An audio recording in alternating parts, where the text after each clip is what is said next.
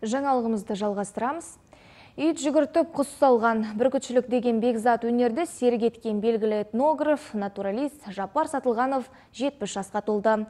Ұлтымыздың құндылықтарын насихаттауға елеулі үлес қосқан азаматты жерлестері мерейтоймен құттықтады. Арнайы дөңгелек үстелде ұйымдастырылды. Жапар Сатылғанов халқымыздың дәстүрлі өнеріне жан бітірген жан. Ең алғаш әуесқой бүркітшілердің клубын құрған құсбегі.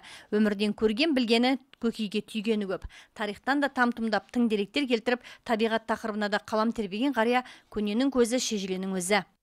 Әрбір қадамыңыздан қалған ізіңіз ол ұлттың рухани мұрасы ретінде болу керек.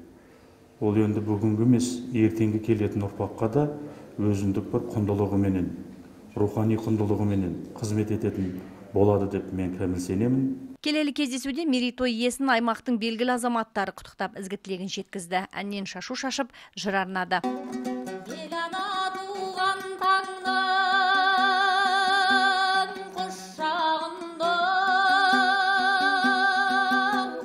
Жапар Сатылғанов 1981 жылы Орта Азиядағы бірінші саятшылықпен айналысатын әуесқой бүркітшілердің қауырсын жастар мектеп клубын құрған. Осы еңбегінің арқасында есімі 2 жыл бұрын Қазақстанның кеңестер кітабына енді. Ғибратты ғұмырында 11 кітап жазған. Бір факультет керек этнография.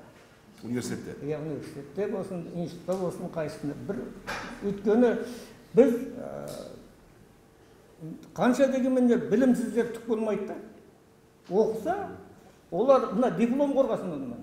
Жамбылдағы жалғыз этнографтың басты арманы ұлттық құндылықтарымыз ұмыт қалмай, ұрпақтың санасында жаңғырса дейді. Атадан қалған мұраны жалғастырған Жапар көкеннің құсбегілікке қатысты құнды жәдігерлері облыстық музейде сақтаулы.